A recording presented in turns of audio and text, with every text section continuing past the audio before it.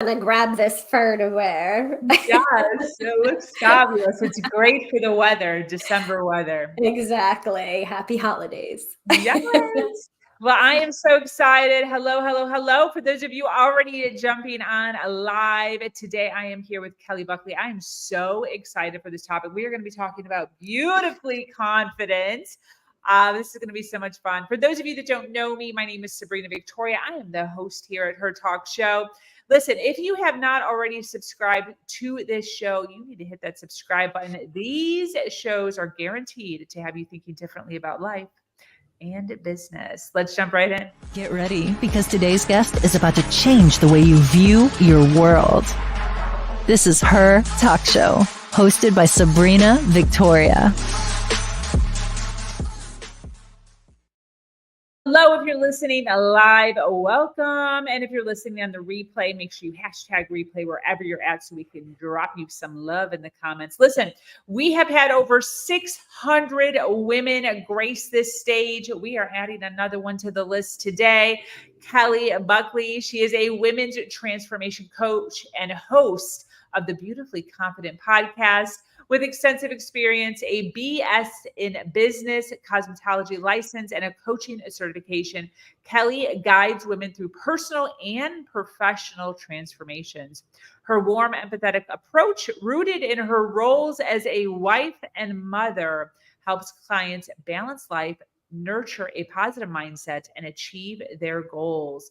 Passionate about travel, food, yes, and nature, Kelly creates a harmonious work-life balance. She empowers women to reach their full potential, fostering fulfilling, successful lives. You know what? Before we jump in, I would love for you to talk about full potential, because I talk often about this like vision that I have to human better, like human as a verb versus a noun, because I think we're not all fulfilling that like role as a human, right? We have to like human better.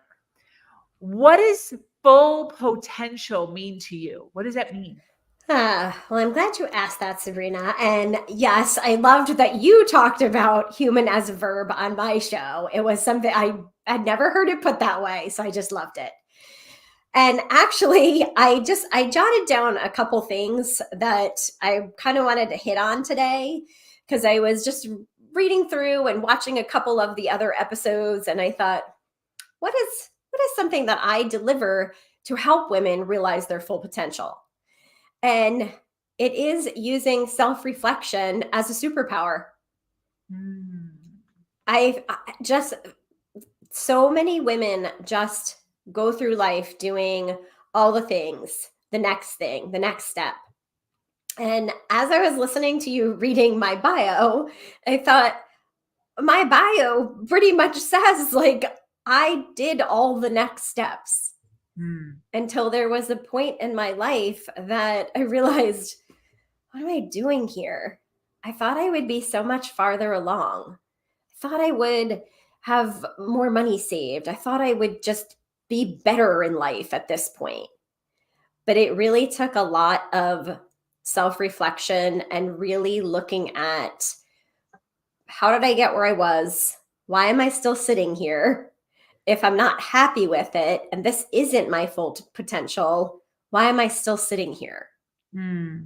So it took a lot of that self-reflection to look at, what do I need to change internally to move forward in growth? And as I started talking to women about just things in general, kind of some of the hard places that I had been in, divorce, lots of credit card debt that I kind of kept quiet while it was going on because I was embarrassed, I realized I'm not alone. And then I really started realizing, oh my gosh, how many other women are living in this. I'll just shrink back and stay here because it's comfortable. Yeah. So I feel like that's our biggest first step to our full potential, is that self-reflecting piece. Yeah, absolutely.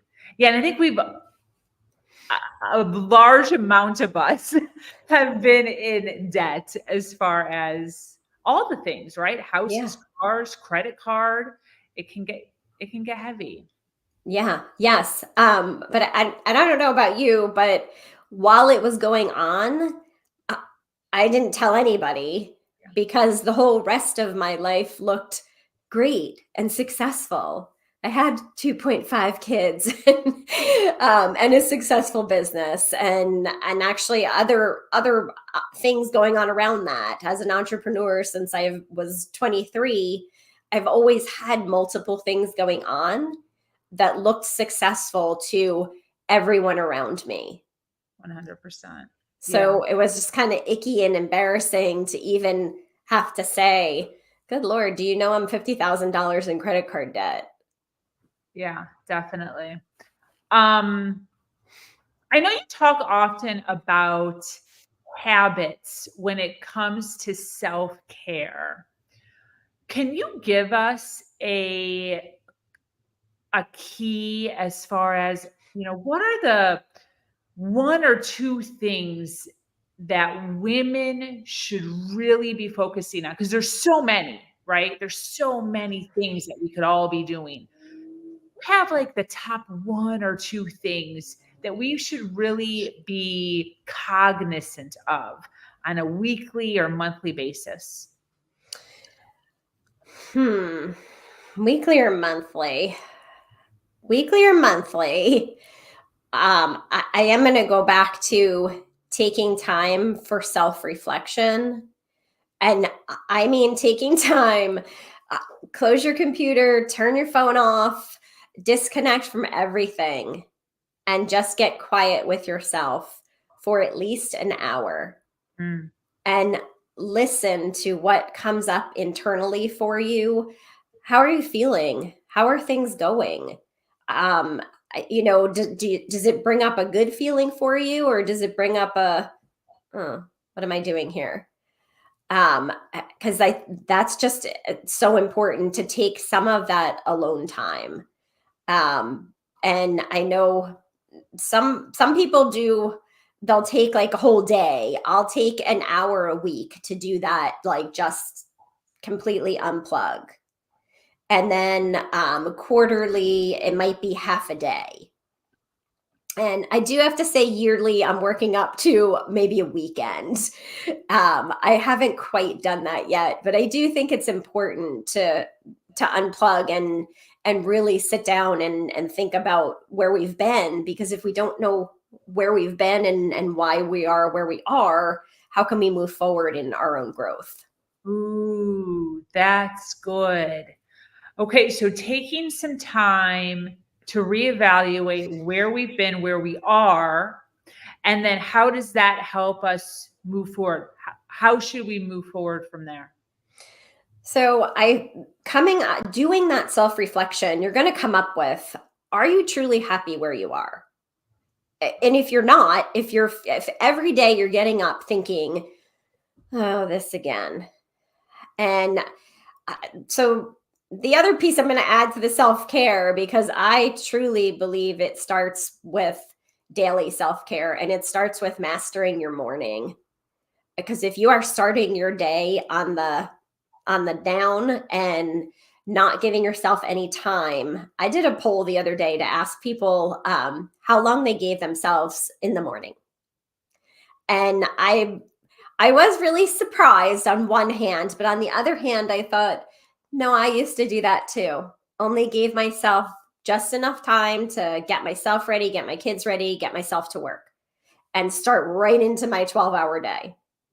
Yeah, I think most people do that. Exactly. So it was like, yeah, I really have gotten a handle on that, on what my morning looks like that sets me up for the best day that I can have. And I think that's really important to know, what do I need for myself to move forward into the best version of me and be my best all day long. Yeah, 100%. So you said you stepped into entrepreneurship at 23. I did. Did you have when you did this, did you have all the confidence at 23? No. Where No. where was the So shift?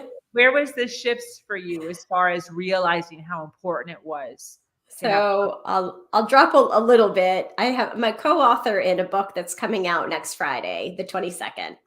So my story is in there. So part of the story is I went through. So I have a business degree. I went through business at Susquehanna University. Have a business degree. Decided that I was not going to sit in an office, and that was the only thing I saw from that. And I thought, no, I'm not going to do that. So I was interested in cosmetology. I went to cosmetology school. I got a job where I wanted to in the town I lived in. I worked there for 6 months. And after about 4 months, the owner stopped showing up to work. Because that's the thing. You can just not show up at your own business. Okay.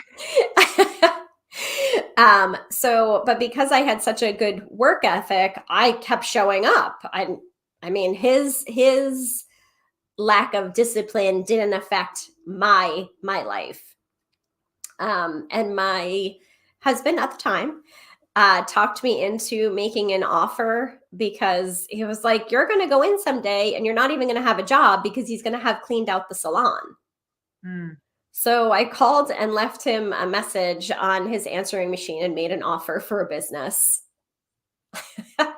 So I became a business owner, and honestly, all I could think was, I don't even know enough. How am I going to do this? Yeah. But I just found through my experience through that really the biggest part of it, and I know that you'll relate to this, was really the connections I was making and how much my clients trusted me and knew that I would do the best thing for them, and just kept coming back because I developed the relationships. Wow. Good on you. Good on you. Was there points between now and then where confidence was something you struggled with? Yeah, even just making the offer to buy it and then getting started. And not really just thinking every day, do I really know enough? Am I going to be okay? Am I good enough? Are they going to want to come back? Am I going to make enough money? Like all of this was just a constant weight on me. Which now I look back and realize, if I really would have taken some time for myself and reflected on what is actually happening. Yes, you are going week to week, month to month, paying your bills and doing these things. I think I could have settled myself a little bit more. Yes. Yes. I feel like there's a lot of people that can relate to you in that aspect, because at any age, I think we all deal with that, as far as the little chatter that happens in our heads. Yeah. Do I know enough? Am I good enough? And Sabrina, I think especially when that point comes, for a lot of us who realize, I've spent my time in that season and I'm ready to move on to the next thing, then that chatter starts again. Mm. Who do you think you are? Are you going to be good enough in that? Do you think you're going to be able to do that? And all that starts again. So that part of the self-reflection and coming up with, where can I get my confidence from? Is this rooted inside, or is it rooted in fact? Do I need more education around something? Do I need something that's going to help support and give me the backing for the confidence that I'm looking for? Yeah. I remember feeling this feeling in my 20s where I was like, once I'm 30. And then when I hit 30s, I was like, once I'm 40. And I remember distinctly there was this like epiphany that I had when I was like 36 or something. And I was like, this must be a thing where like you always feel like you have to wait to have enough knowledge or experience in order to. And it was at that moment where I was like, I have to just go all in. I have to just put this aside because I'm about to be 40 and this is still happening. Like this is still in my head. So it's constant. How does somebody, jolt themselves out of that? How does somebody, start to pivot that thinking to be able to rise above it? So one of the things I would definitely say is aligning with other growth-minded people to get other ideas, doing the positive affirmations, identifying what do you feel like you need. Because if it's not just your mindset of you internally telling yourself, I don't know if I can do this, I'm not good at this. Well, why you're telling yourself that? Do you need to go and get some more education around something? Do you need a coach that's going to help guide you? Because we don't become successful alone. Nobody does it alone. It's the connections that we're making. And those connections are dependent on what you need. So like as I was going through divorce, I realized, wow, that was a whole lot of mistakes. And I don't want to do it again. So what do I need to do to help myself? If I didn't know what to do right in the first place, then I need some guidance to move forward. And I connected with a life coach who I'm not sure where my life would be if I hadn't had her in my life at that point in time. Wow. What was one of the biggest mindset shifts that you had with her? Honestly, sitting down and processing what I really wanted and putting it out there. Because what I realized was I was attracting into my life what wasn't good. And I didn't want to keep attracting that, but I had never defined and actually written down what I wanted in a partner, even what I wanted in business, which was, something I learned was to stop keeping everything in my head. It was time to start writing some things down. Writing things down? What does that look like? So starting a journal or a notebook and, keeping it on hand so that you can be writing down what do I want in a spouse? And that is something I hear from a lot of people is, I'm not happy where I am and he's not doing this and he's not doing that. And I'm not a relationship coach, but what I found in all of these patterns is not actually writing out what we want. So do you want a spouse who's affectionate? Do you want a spouse that makes a ton of money? What is it that you want? And even as far as my business went, I knew what I wanted for my salon, but I didn't write it down. I always had in my head, I want a bigger salon with multiple stylists, but I didn't write it down. So as time progressed, 10 years went by and I thought, this isn't what I was picturing. And I again went back to, but you didn't write it down. So how do you expect it to materialize if you're not going to write it down? And then a quick story about that. I did start journaling and writing things down. And one of the things I really wanted was to travel. So a few years ago, I wrote down that I wanted to travel to Italy and France. And then reflecting on it at the end of the year, or actually, I think I look back on it 2 years later. And within that 2 years, we had traveled to Italy and France 5 times. So it was like yes. And not that if you write it down, it means it's going to happen, but it is more likely going to happen if you are writing it down and reflecting on it and looking back on, this is what I want. How can I make it happen? Yes, absolutely. Absolutely.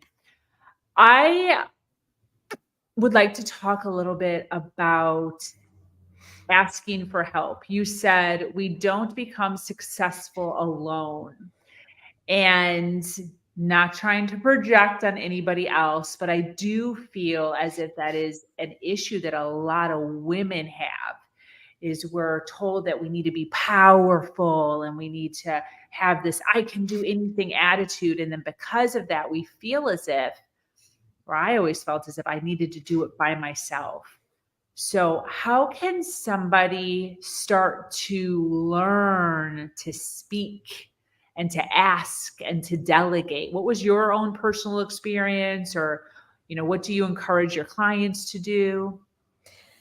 Something I would encourage, first of all, give yourself grace. Because you are absolutely right, Sabrina. We are, as women, definitely, I don't even think it's like spoken. I don't remember, like, I know my mother never said to me, you got all of this, you don't need any help. That was never spoken to me. But at some point, I felt like that. At many points of my life, I felt like that. I'll just do it myself. It's easier if I just do it. So just taking those little baby steps of asking for a little bit of help. But again, I do believe it starts with writing things down. But this list is a list of what do you do? Okay, from that list of what you do, what do you personally need to do? Where are you required? You need to develop your relationships with your family and your kids. Yes, that's a you thing.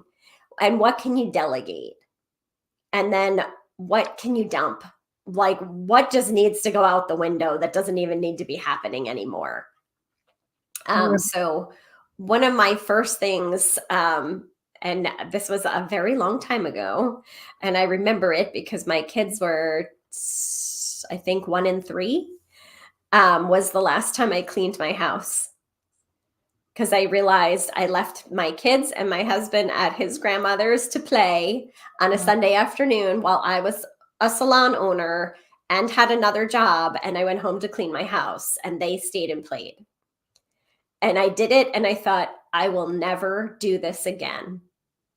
And I'm not saying that I'm above cleaning. I am not. But it wasn't the best time for me to spend. I could have been with my family. And I just hit me. I own a business. I work full time. I have another job. I can pay someone to do just as good a job as me to clean my house. So that was something that got delegated right away. Yes. I feel as if a lot of women have that. The house cleaning. Yeah. Oh, I can do it better. I've heard a lot of things. Oh, my husband doesn't want anybody in the house. He likes when I do it, those kind of things. And that is more about us owning our power and realizing what is good for us. And that wasn't good for me. Yeah. One of the things also that I just recently, probably over the last year and a half or so, came to the realization of is getting a house cleaner doesn't mean they have to clean the whole house. I've heard this whole like trust and I don't know, and they don't have to clean your room. Right. You can tell them this area doesn't need to be cleaned. If you're worried about things breaking or you're worried about things being stolen, you can have it kind of reminds me of this epiphany that I had when I'm listening to a podcast where the person was like, so many times we have a stack of books that we have all the intention of reading. We're reading the top book and it's just not resonating with us. We're on like chapter 2 and it's like pulling our hair out trying to read this book. He's like, don't finish the book. There's like this societal thing where you feel like if you start a book, you have to finish the book. You don't have to finish the book. It's like these weird rules that we put on ourselves, and then we never get to any of the rest of the things that could totally change our lives because we have this thing where we like, well, if you finish one, you have to start one. He's like, you can open a book and read one chapter in the book. You can open the book and you can just skip to chapter 16 and just read the first page. Like you can, and it's the same thing with house cleaning. You can have somebody come in and clean your house and not clean a certain part of your house. Yeah. Yeah. So Sabrina, again, like, so start with something small that you feel like this is burdening me. What's that one small thing? Is it, you cleaning your kitchen that's taking up, time, that's driving you crazy, but you got a handle on your bedroom, or, what is it that you are doing that you feel like, if I didn't have to do this, I wouldn't be so stressed, or I'd be able to do this instead. What are those things? Exactly. And a lot of it too. And I also changed my mindset with realizing that when you're hiring other people, you're helping other people succeed in their dreams and reach their goals. Right. Yes. The person that cleans my house wants to clean houses. Yeah. That's what she does. Yeah. And that's how she lives. Yes. Yeah. Yeah. When I was starting my business for the first few years, I was dog sitting, house sitting, garbage picking, flipping stuff on OfferUp, doing all of the things. And I was so grateful for the individuals that were giving me the opportunity to be able to make this money so that I could run my business on the side. It was never like, oh, I have to go. I was like, thank you so much for allowing me to be able to have jobs that can pay me in and around my business that I'm trying to run here. Yeah. And that's what we're doing for other people. We're allowing them to be able to have power and have money and take care of their own family and their own dreams that they have. Absolutely. Yeah. For sure. So cool. Yeah. I know you talk about life management versus time management. And I coached for a while in time management. And I get this, I conceptualize this, but I would love for you to speak on this a little bit. Life management.